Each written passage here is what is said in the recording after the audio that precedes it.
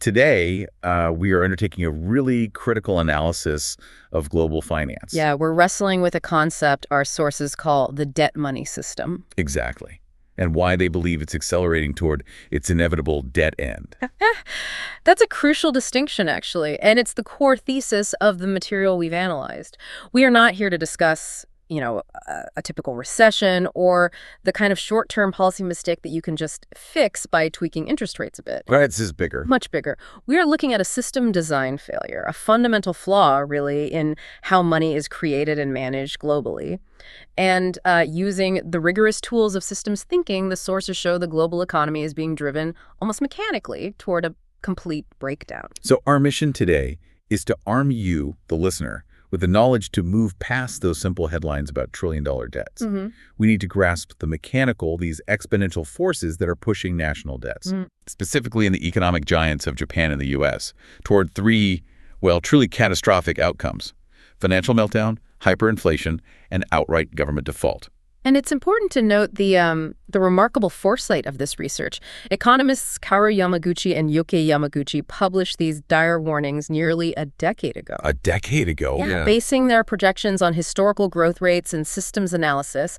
What makes this deep dive so urgent, frankly, is the simple fact that the real-world economy has followed their devastating exponential projections almost perfectly. The time horizon for action is, shrinking rapidly. Okay, let's unpack this then. Starting with the most immediate and tangible crisis described in the sources. Japan. When people talk about global debt, Japan often gets sidelined, right, as a sort of unique case. Yeah, you hear that a lot. Japan is different. But the numbers show why it is the canary in the coal mine for the entire developed world. Let's start with some truly shocking figures from their Ministry of Finance, using data accurate as of 2019. Japan's total long-term public debt stood at an overwhelming 11,106 trillion yen. Yeah, and just to contextualize that number, because it's hard to grasp, we need to look at the per capita debt. The national debt outstanding amounted to 8.78 million yen per citizen. Okay. Now, compare that to the average annual income in Japan at the same time, 4.36 million yen. Wait, so the national debt per person had accumulated to nearly twice the average annual income of a working person. Like twice. Exactly. I mean, just stop and consider the psychological weight of that. You start your working life already owing double what you earn in a year, and that debt isn't tied to, like, a mortgage or student loans. It's purely national obligations. Exactly. And the cost of servicing that enormous debt is already suffocating the government. In fiscal year 2019 alone, 37.6% of Japan's total tax revenues, that's over 1/3 of all money collected, was spent purely on government bond costs, just covering principal and interest payments. Over 1/3 of tax revenue, just gone to debt payment. Gone. And that translates directly into a cost of about 187,000 yen per person per year, collected just to service debt. Think about where that money isn't going. Right. It's not going to new schools, infrastructure upgrades, or, bolstering the Social Security system for an aging population. Nope. It's a mandatory transfer payment straight to bondholders. And the comparison you drew to recent relief measures is absolutely stunning. If the government provides a one-time emergency subsidy, say like the COVID-19 relief payment, which was 100,000 yen per person, they're collecting nearly twice that amount, 187,000 yen, every single year from citizens and businesses just to stay current on their debt obligations. The outflow is just massively disproportionate. It is. And here's the insidious core of the problem. Even after dedicating that massive 23.5 trillion yen to debt payments in FY 2019, the government still ran a primary balance deficit of 9.2 trillion yen. So even spending over 1/3 of tax revenue on debt, they still didn't cover their basic non-debt spending. Correct. Meaning despite that huge outlay, they still had to borrow an additional 32.7 trillion yen just to cover that year's total costs. They aren't even maintaining the status quo. They are forced to increase borrowing annually just to keep up with the interest payments on existing debts. It's a very definition of a debt spiral. So if the government is trapped in this spiral, why can't they simply raise taxes or cut spending dramatically to break free?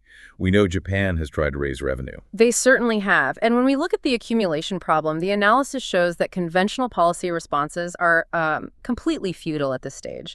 The government hiked the consumption tax rate multiple times, eventually reaching 10% in October 2019. Right, I remember that. But the sources found that even if the government were to enforce future consumption tax hikes of another 20% to 30%. Another 20 to 30%. Yes. Even then, they would still not be able to repay 100% of the outstanding debt. Wait, hang on. You're saying that even hiking the consumption tax to, what, 30% or 40% overall wouldn't solve the problem? Why not? If that's not enough, what would be? This is where we run headlong into the central mechanism of the dead end, the compounding mechanism. The sources explicitly state that, linear tax increases cannot solve an exponential debt problem. Okay. The debt grows unstoppably because once money is borrowed, it increases exponentially due to compound interest calculations. It's a self-reinforcing financial time bomb that only ever accelerates. It just keeps building on itself. I often think of that old analogy, about the rice grains on a chessboard. You put 1 grain on the first square, 2 on the second, 4 on the third. It seems manageable at first. But by the time you reach the second half of the board, the numbers become astronomically impossible to meet. That's precisely the dynamic here. We can trace this history back to the mid-1990s, the beginning of Japan's infamous lost 20 years. During this time, growth of nominal GDP virtually stopped. The economy was stagnant. Right, flatlined. But what's critical is that the long-term debts continued to increase regardless. The system had already shifted into the exponential debt trap, crossing a major threshold in 1998 when the national debt exceeded 100% of GDP for the first time. The debt just kept compounding even without economic growth to offset it. And based on this historical trend, the trajectory looks like a flat-out financial horror film. The sources ran simulations based on the debt's average growth rate of 3.07% observed between 2000 and 2019, extending those projections out to 2050. Let's talk about the deadline they foresee. The results are stark. According to the simulation, the outstanding debt will reach 1,674 trillion yen by 2036. 2036? That's just 12 years from today. Just 12 years. And more critically, by 2036, Japan's debt-to-GDP ratio will exceed 300%. 300%. That's a debt equal to 3 full years of the entire country's economic output. 3 years of output? Just to pay back what's owed. That's a massive burden for the succeeding generations, as you said. Yeah. Unimaginable. And the curve doesn't slow down. By 2050, the outstanding national debt is projected to hit 2,193 trillion yen, pushing the debt-to-GDP ratio to about 400%. This isn't just theoretical. This is the predictable outcome of a system trapped by compounding interest, where the interest rate, even if it's low, is applied to an ever-growing principle that just far outstrips any realistic GDP growth. What's fascinating here and deeply concerning is that the economy seems to be following the blueprint laid out a decade ago, heading straight toward these 3 devastating scenarios, S1, S2, and S3. But let's put that 300% number into historical context. Right. Has Japan ever reached that kind of level before? Never. Not even close. Japan peaked around 204% debt to GNP at the end of World War II. Okay, a time of utter devastation. Exactly. Utter devastation and economic dislocation. The 300% level, which they are projected to hit in 2036, is completely uncharted, unstable territory. The authors stress that under the current system, the economy is heading for a structural crisis that no amount of fiscal discipline or interest rate tweaking can now prevent. It's a date with destiny set by the math of compound interest. This math leads us directly to the 3 inevitable consequences of this exponential path. The system is designed, really, to accelerate toward one of them. Let's start with the financial meltdown, which the sources call S1. Right, S1. The mechanism of S1 is primarily based on market confidence and the mark-to-market accounting system. As the government continues to borrow exponentially, bond market participants, the big investors, banks, security companies, they begin to harbor serious collective doubts about the prospect of repayment. So once that confidence erodes, the demand for Japanese government bonds, or JGBs, plummets. What happens then? To the price of the bonds and, consequently, the interest rates. Well, a collapse in demand means the interest rate needed to attract any buyer must shoot up dramatically. And higher interest rates mean the price of existing bonds, the ones already out there, plummets. Okay. This is the mark-to-market insolvency problem. Banks and security companies hold trillions in these bonds as seemingly safe assets on their books. When the market value of those bonds sharply declines, even if the bank hasn't sold them yet, their balance sheets suddenly show catastrophic losses.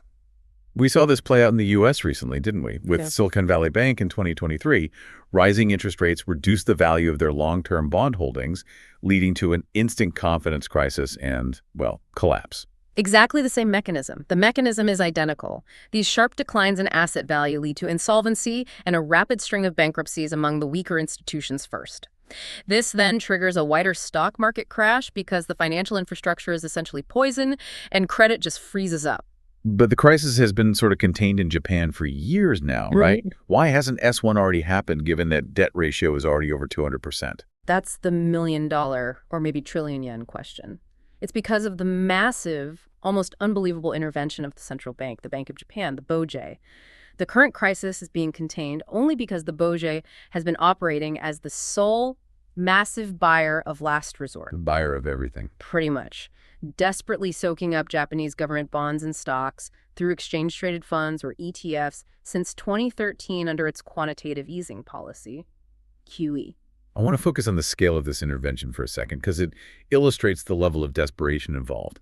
The source material notes that the BOJ purchases about 70 billion yen of ETF and J-Right almost daily. Daily. It's incredible. It is a continuous, overwhelming injection of money. The BOJ is flooding the market with newly issued reserves. These are BOJ deposits, in an attempt to keep bond prices from falling and, crucially, to suppress long-term interest rates. They're artificially stabilizing the financial markets, essentially buying time for the government. But here's my challenge, or question. Isn't the BOJ taking on all the risk here? They're piling up bonds that they know are eventually suspect, and ETFs, which means they effectively own a significant chunk of the Japanese stock market. Does the source address the risk that the BOJ itself could become the epicenter of S1? That is the core risk, yes, and the source addresses it head-on. The BOJ is technically a private institution, theoretically independent of the government, tasked with managing currency and price stability. Right. If the price of those JGBs plummets far enough, or if the stock market crashes, the BOJ's own balance sheet faces, well, insolvency risk. If they have to protect themselves and stop purchasing assets, even for a single day, interest rates will instantly skyrocket. And the moment the buying firewall vanishes, bond and stock prices will plummet, and the financial meltdown that has been postponed for a decade will, boom, quickly ensue. It sounds like the whole system is being held together by the BOJ's willingness to take on infinite, potentially insolvency-inducing risk. That's a very accurate way to put it. Now let's look at the second scenario, S2, which is hyperinflation. Historically, hyperinflation often emerges as a consequence of trying desperately to avoid S1, the financial meltdown. Okay, before we dive into the mechanics, let's clarify the definition because that term gets thrown around a lot, often incorrectly. What standard are the sources using? Good point. We use two standards for severity. The classic definition proposed by Kagan back in the day is monthly inflation of 50% or more. 50% a month. Per month. That rate is so severe that prices would be nearly 130 times higher within a single year. It's almost unimaginable. More conservatively, the International Financial Reporting Standards, IFRS, defines hyperinflation as a cumulative increase in prices of at least 100% over a 3-year period. So prices doubling within 3 years. And crucially, the sources remind us that this is not just theoretical for Japan. Post-war Japan actually met the IFRS standard, didn't it? Suffering an annual inflation rate of about 500% in 1946. It has happened before. Precisely. It's in their living memory, or at least recent historical memory. Now, the sources outline two distinct routes to this S2 scenario, Route A and Route B. Route A is demand-pull inflation, driven by the sheer volume of money sloshing around. Okay, and this is the result of avoiding S1, like you said. The risk of a financial meltdown forces the government and central bank into more monetary easing, more QE. That's right. This leads to a massive surge in base money, M0. As government debt explodes, M1, the broader money stock available for commerce, begins to flood the market. This creates the classic inflationary situation, a huge surplus of purchasing power chasing a limited supply of goods and services. Too much money, not enough stuff. And that excess money doesn't just sit in savings accounts, does it? It flows where it can generate returns, right? Into assets. Correct. Banks utilize these enormous reserves to create even more credit for speculative lending, and that money flows disproportionately into financial markets like equities and real estate. This creates a self-reinforcing financial bubble where asset prices detach entirely from underlying economic fundamentals. The sources cite a very current and chilling example of this. The Nikkei average reaching a record high of over 40,000 yen in March 2024. Right, a huge milestone. Despite the fact that the country's actual GDP growth has been stagnant for decades, that massive disconnect is the visible manifestation of the speculative bubble being inflated by the money supply, setting the stage for demand-pull hyperinflation. Exactly. Now, Route B, on the other hand, is cost-push inflation. This is driven not by excessive demand, but by a collapse of currency confidence, specifically in the foreign exchange markets. How does that happen? Well, the rapid, unstoppable increase in outstanding government debts, combined with that massive surge in M0, the base money from QE, rapidly erodes confidence in the future value of the Japanese yen globally. International investors, currency traders, they start selling the yen aggressively. Ah, okay. So selling pressure builds. Selling pressure builds, causing rapid depreciation in the foreign exchange markets. The yen weakens significantly against other currencies.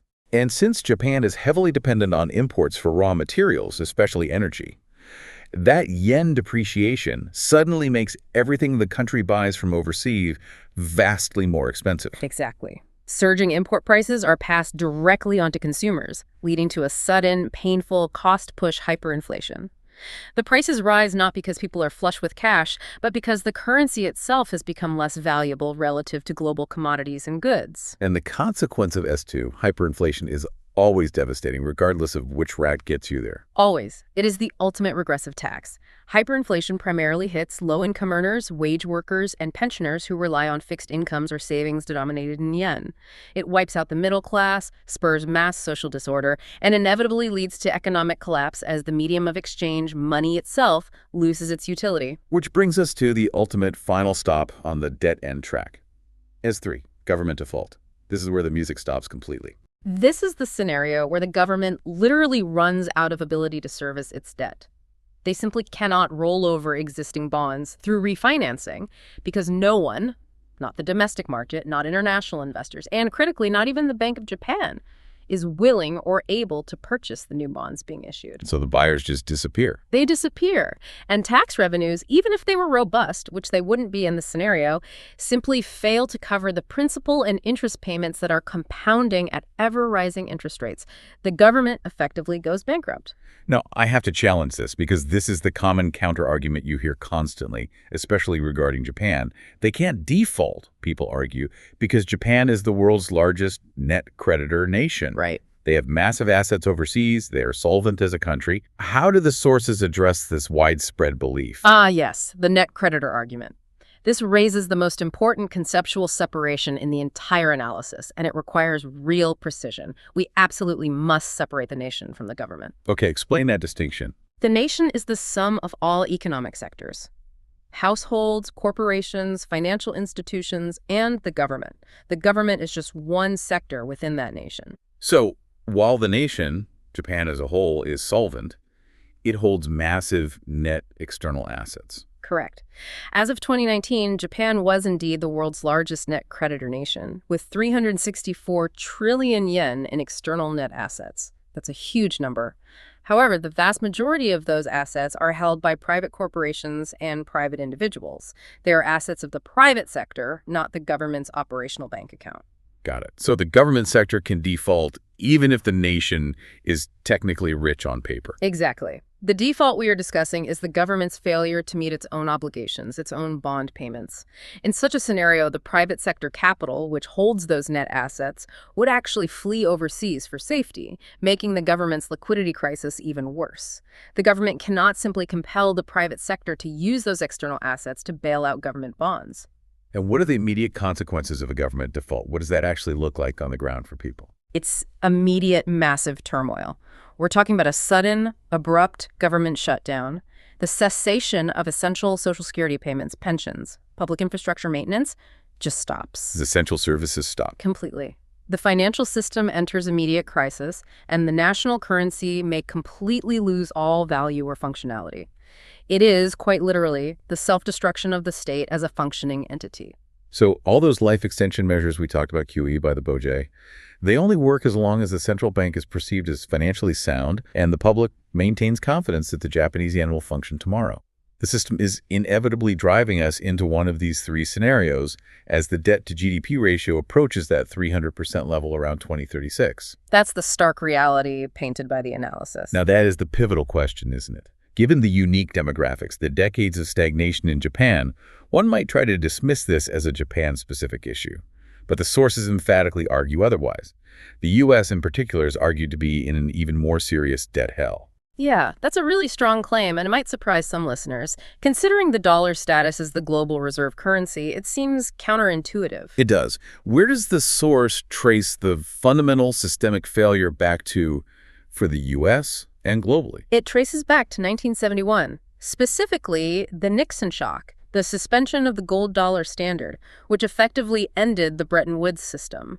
This move ushered in a pure fiat currency system worldwide. Right. Money not backed by gold anymore. Exactly. And the sources quote the famous monetarist Milton Friedman, who ironically noted in 1992 that this created an uncharted sea of discretionary monetary policy.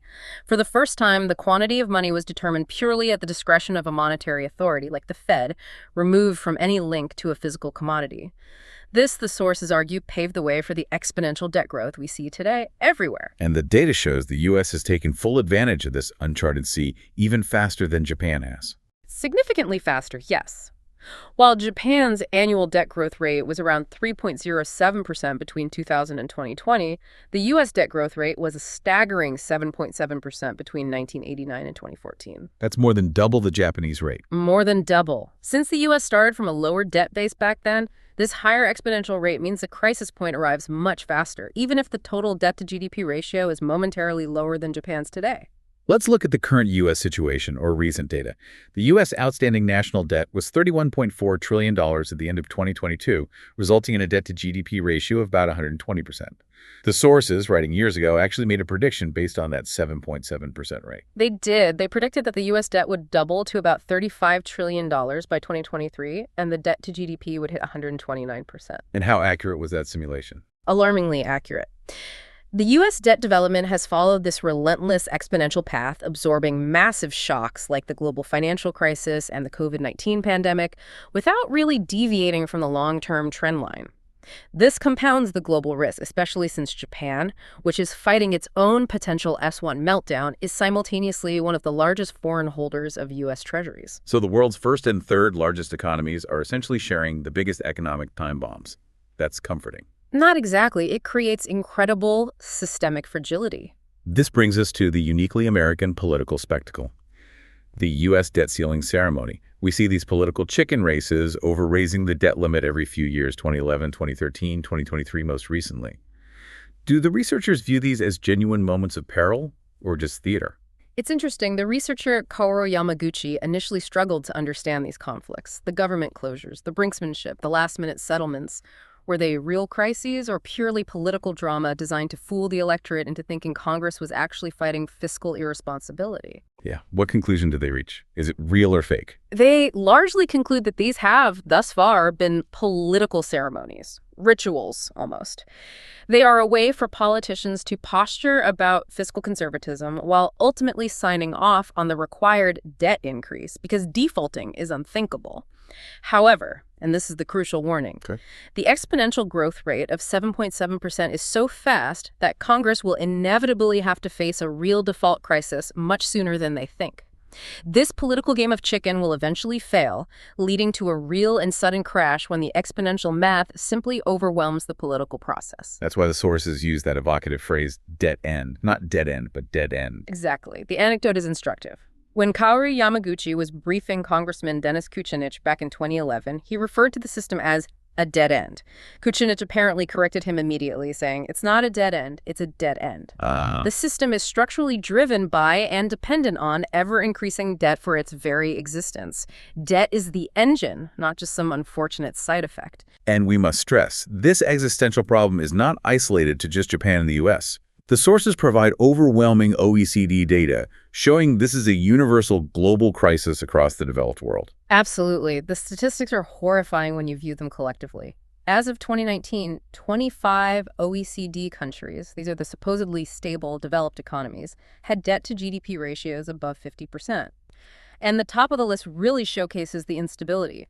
Japan at 234.8%, Greece at 200.8%, Italy at 154.2%, Portugal, then the U.S. at 136.1%. So not only are the PIGS countries Portugal, Italy, Ireland, Greece, and Spain deeply crisis-ridden, with most in the top 10 worst. Except Ireland, which managed some recovery, yes. But the implications for the European Union structure itself are staggering. They really are. Think about the Maastricht Treaty requirement. A nation's debt-to-GDP ratio must not exceed 60% for membership in the EU or the Eurozone. Right, the 60% rule. If the EU countries had to reapply for membership today, based on their 2019 numbers, most of them, including core members like Germany and France, would be rejected. They simply do not meet the 60% requirement anymore. Wow.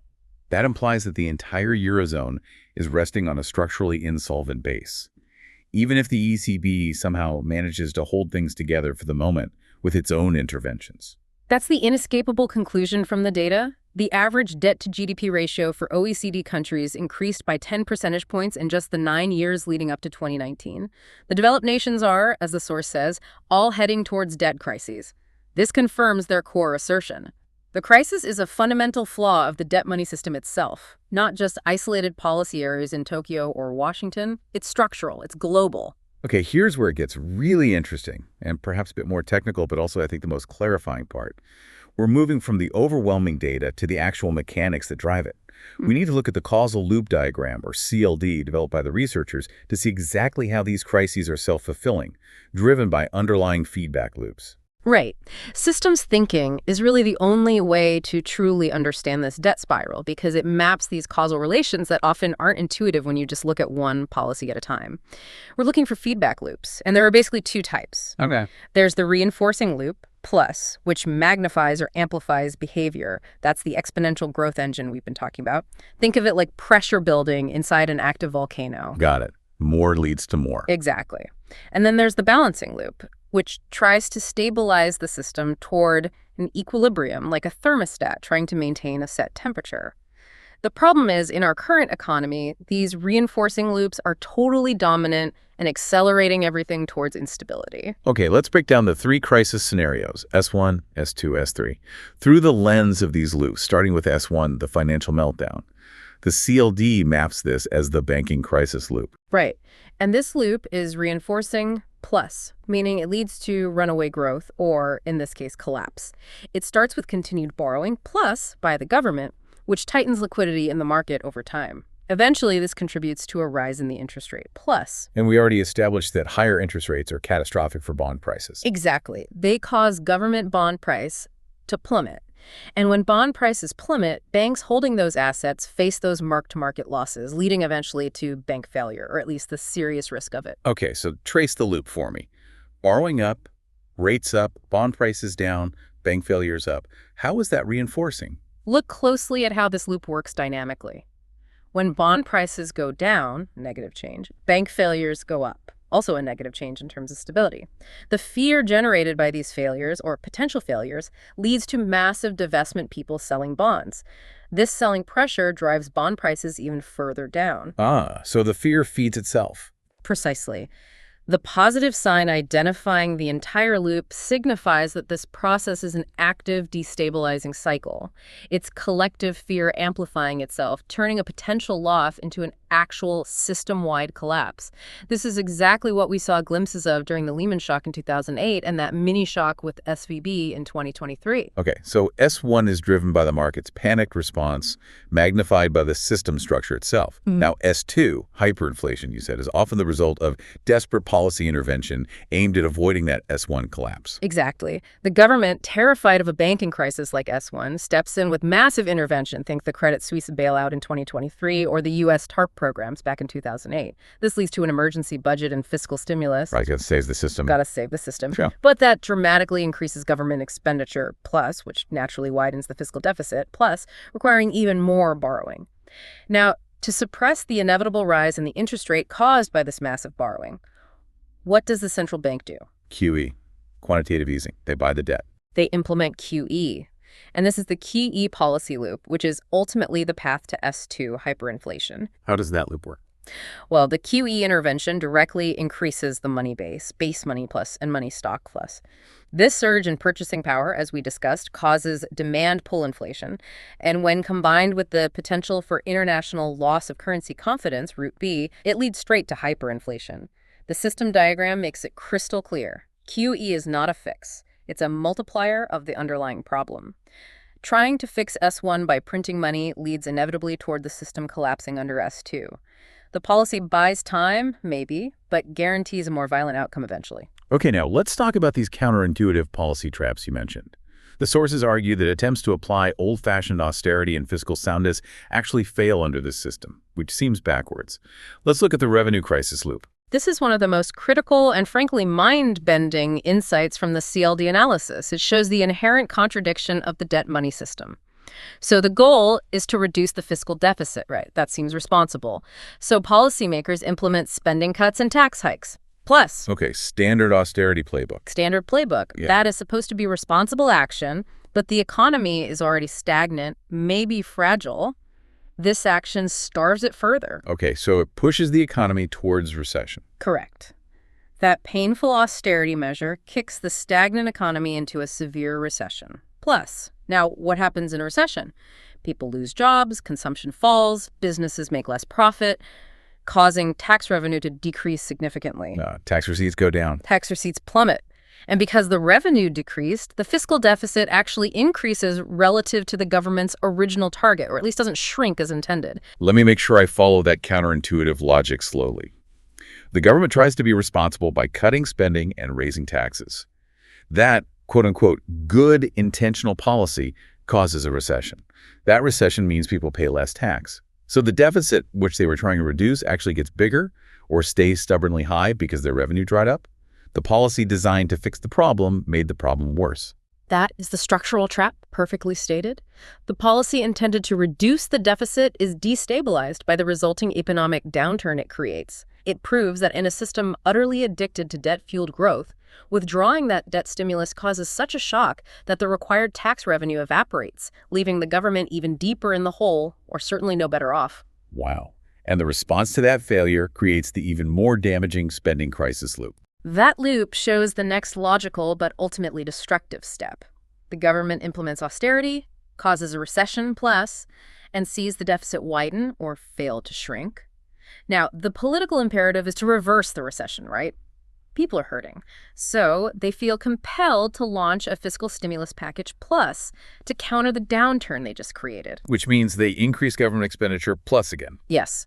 And increasing government expenditure directly increases the fiscal deficit. Plus, this is a clear reinforcing loop. The attempt to improve fiscal soundness through austerity immediately leads to political pressure for a stimulus package, which increases the deficit further. The system forces the government into an inescapable debt spiral, regardless of whether they choose austerity or stimulus. Neither works sustainably. And S3, government default, is simply the ultimate consequence of the underlying debt crisis loop we started with, the core engine. That loop is the relentless exponential growth engine itself. It simply links fiscal deficit, borrowing bomb at default. It's the constant, inevitable growth built into the system's DNA that drives it toward its final collapse. The crisis isn't accidental. It's designed in, amplified by these vicious self-reinforcing loops. Okay. This comprehensive systems analysis really shows that policymakers are, well, utterly trapped. They face what the sources call policy lock-in. Exactly. Policy lock-in. It's a situation where past policy choices have so severely limited the future possibilities that effective action becomes almost impossible. And Japan, having run QE for so long and being so up in debt, is clearly in both fiscal and monetary lock-in. We established that fiscal policy is locked in because austerity causes recession and stimulus just fuels the debt fire. But the monetary lock-in faced by the central bank, the BOJ, sounds even more existential because it relates directly to the stability of the currency itself. It is arguably more dangerous, yes. Precisely. Let's consider the central bank's catch-22 situation. Imagine a scenario where the BOJ must raise interest rates. Perhaps it's forced by a massive, painful Root B cost-push inflation scenario, maybe rapidly surging energy import prices, or an uncontrolled yen depreciation spiraling out of control. They have to act. Okay, so they bite the bullet and raise rates to fight inflation. What are the immediate catastrophic consequences for the BOJ itself? Two things happen simultaneously, and both are devastating to the central bank's credibility and stability. First, the market value of its enormous holdings of Japanese government bonds will plummet instantly. Remember mark-to-market. This massive paper loss severely damages the asset side of the BOJ's own balance sheet. And since the BOJ is the institution that issues the Japanese yen, the deterioration of its own financial condition is inherently devastating for confidence in that yen. It's a fundamental conflict. It's a self-inflicted wound that undermines confidence in the very currency it issues. If the institution responsible for printing the money appears insolvent, who will trust the value of that money? Secondly, Raising interest rates would be a very public admission of the catastrophic failure of its decades-long QE policy. Ah, they'd have to admit QE didn't work as planned. Exactly. And that admission risks triggering mass short-selling of JGBs by the market, potentially accelerating the very crisis S1 they are trying to prevent by raising rates. So the central bank has run out of viable policy options. If they hike rates, they risk becoming insolvent and crashing the bond market. If they don't hike rates, hyperinflation, S2, eventually takes hold through loss of currency confidence or unchecked demand pull. They're damned if they do, damned if they don't. That is the very definition of monetary lock-in, and it gets worse. Furthermore, an interest rate hike would almost certainly further worsen the already stagnant economy, likely triggering a severe recession. Right, because borrowing costs go up for everyone. Exactly, and this recession would cause stock market upheaval, harming the BOJ's balance sheet yet again because it owns such massive amounts of ETF stakes in private companies, which would rapidly devalue in a crash. It sounds like the central bank is forced to maintain the status quo, continuing low interest rates and QE, even though every piece of systems analysis tells them those policies are just compounding the underlying exponential problem, making the final crash worse. That is the terminal stage described in the sources. The economy is effectively a terminally ill patient addicted to a powerful, stabilizing drug quantitative easing that has deadly addictive side effects. They are unable to break free from the addiction without triggering immediate, system-wide withdrawal symptoms. The policy initiated, maybe with good intentions, to stimulate the economy has ultimately trapped the entire system, making cost-push inflation and currency depreciation potentially uncontrollable down the line. So what does this all mean, tying it all together for the global system? The overarching conclusion of the systems analysis is that this crisis is fundamentally global and structural. It is caused by the design failures of the debt money system itself, a system where money creation is structurally tied to the issuance of debt. This means debt must always increase for the system to function and grow under its current rules. So predicting which scenario comes first. Right. Predicting which of the three scenarios, meltdown, hyperinflation, or default, comes first, or exactly when it happens, is ultimately futile and misses the point. The focus must shift completely from temporary policy tweaks and kicking the can down the road to a fundamental system design change. Any prescription that doesn't address the core debt money system failure is, by definition, just a temporary delay of the inevitable debt end. We've taken a deep dive into the, frankly, shocking reality of the debt money system today. We've seen the relentless exponential math driving Japan toward that 300% debt to GDP ratio, a point of no return, and seen the U.S. following not far behind with an even faster growth rate. We've mapped the mechanics of this self-fulfilling system that seems to just accelerate us toward financial meltdown, hyperinflation, or government default. And the most sobering realization, I think, is this policy lock-in. Central banks seem fully aware, or should be, that their exit strategy is blocked because raising rates could destroy their own balance sheets.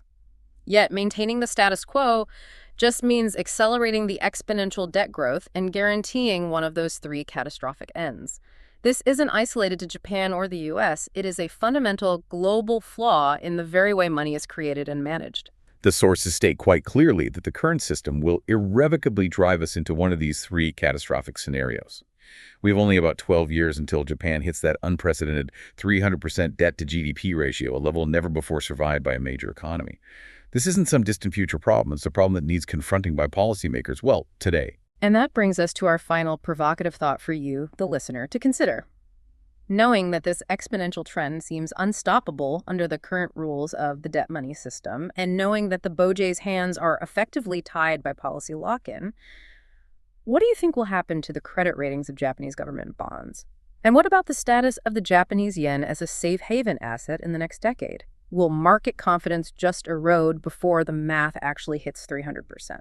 Furthermore, if conventional policies like austerity and QE are simply self-defeating traps, as those systems diagrams clearly showed by linking austerity back to stimulus and stimulus back to more debt, what fundamental change to the system design itself would you propose? What could actually break these destructive reinforcing feedback loops? The authors hint strongly that the solution lies in moving toward a fundamental change, what they call a public money system. And that critical alternative, exploring a system where money might be created without the structural requirement of generating corresponding debt, is precisely what we will explore in depth next time. Thank you for joining us for this essential deep dive into the mechanics of the debt end.